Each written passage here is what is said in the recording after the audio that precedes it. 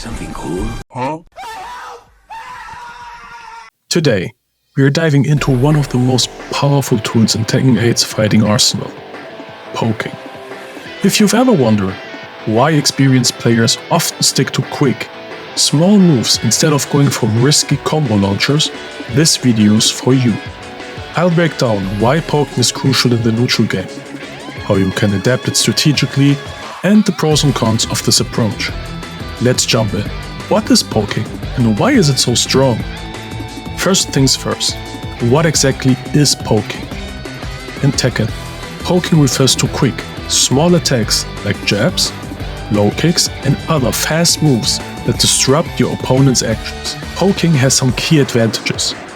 These moves are typically faster, safer, and harder to punish compared to big combo launchers. They don't do a ton of damage individually, but each poke creates opportunities to chip away at your opponent's health bar, control the pace, and maintain pressure. Poking is especially powerful because it lets you keep your offense up without overcommitting. In high-level Tekken play, risking everything on a combo launcher can be very dangerous. Miss, and you leave yourself open to massive counterattacks. But with poking, you can stay safe and consistently build up damage while controlling the flow of the match. How do I adapt poking in my neutral game? Now let's talk about how poking fits into the neutral game. The neutral game is all about spacing, movement and positioning. It's where both players are trying to create openings without committing to big attacks. This is where poking shines. With quick, low-risk moves, you can test your opponent's patience, defense, interrupt their setups, and build up small but reliable damage. Poking in the neutral game involves using a mix of highs, mids, and lows to keep your opponent guessing. For example, using safe mids can discourage your opponent from ducking too much, while low pokes can chip away at their health if they're too defensive. It is all about conditioning. Conditioning is a mind game, a way of using pokes to train your opponent to respond in certain ways so you can exploit those habits later on. By consistently poking, you're not only chipping away at their health, you're also setting them up to make mistakes that you can punish hard when the time is right. Here's how it works. By repeatedly using quick, safe pokes, you're pressuring your opponent to react. Over time, they might get frustrated with these small hits and start overcommitting or taking risks to try and shut down your poking game. This is where you've got them conditioned. They're looking for a way to break your rhythm. Now let's go over a few ways you can take advantage of this. One of the classic conditioning tricks is to poke low repeatedly. Throw out a few low jabs or quick low kicks. Moves that are fast and safe enough to not leave you open. After a few low pokes, your opponent might start ducking, expecting another low attack. That's when you switch it up with a mid launch or a powerful mid poke. This mix-up catches them while they are crouching, allowing you to land a hard-hitting move or even start a combo if you baited them right. One of my favorite conditioning tactics involves provoking the opponent to retaliate. After a series of pokes, they may feel pressure to throw out a big move to try to interrupt you or regain control. This is especially true if you've got them low on health or on the back foot.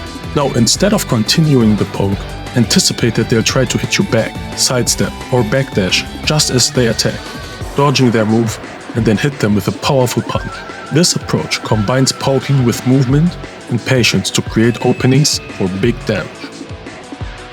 Let's take Brian Fury as an example. Applying quick pokes in neutral is one of his great strengths. With pokes like his blackout combo, double body blow, sweeper kick, PK combination, or his hatchet, you can test your opponent's patience and frustrate them into pressing. By testing your opponent's patience, they tend to get pretty upset and throw out unsafe panic buttons to get a sigh of relief. But if you anticipate that they will go for it and you block it or counter them, it is game over. Your goal is to be unpredictable, applying steady pressure and slowly tilting the odds in your favor.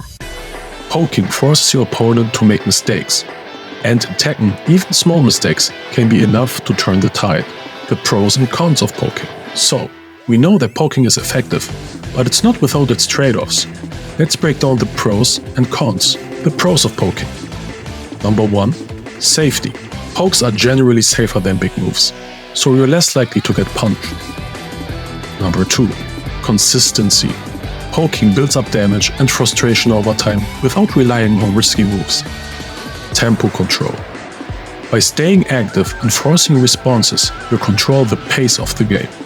True damage. In Tekken 8, we differentiate between true and recoverable damage. Single hits gives you true damage, while combos and strings give recoverable damage. The cons of poking. Lower damage output.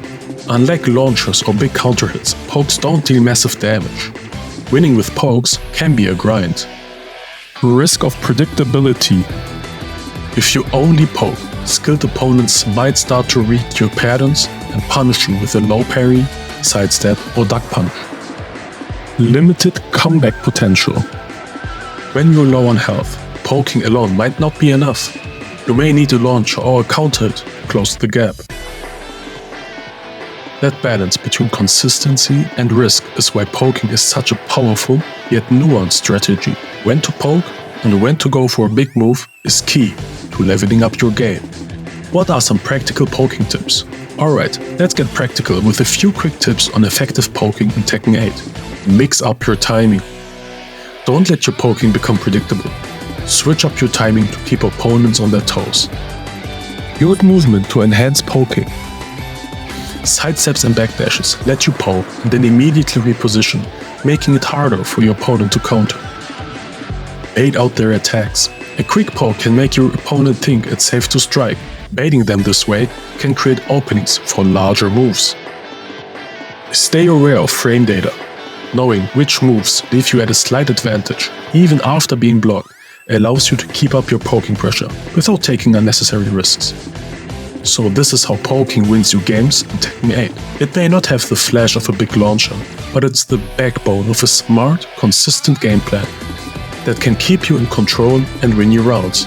Remember, poking isn't about flashy combos, it's about patience, precision, and playing in the long game. Practice these strategies, stay unpredictable, and I guarantee you'll see improvement in your matches. If you enjoyed this guide and want more Tekken tips, make sure to like, subscribe, and drop a comment below about which strategies you'd like to cover me next. Thanks for watching, and keep those pokes sharp.